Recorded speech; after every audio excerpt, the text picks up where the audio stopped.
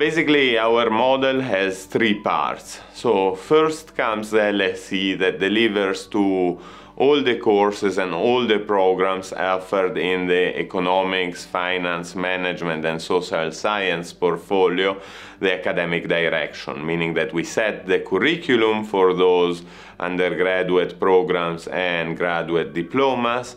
We decide for each course the syllabus that will be taught, and we set examination for these courses. Then we have the teaching centers that are scattered across the globe and that are highly regarded institutions in their home countries that help us in the delivery of the content, namely teaching students the material we provide them and preparing them for examination. The third leg to this stool is the University of London, which awards the degrees formally and plays a critical role, coupled with teaching centers, of course, in the recruitment of students to the programs and in the admission.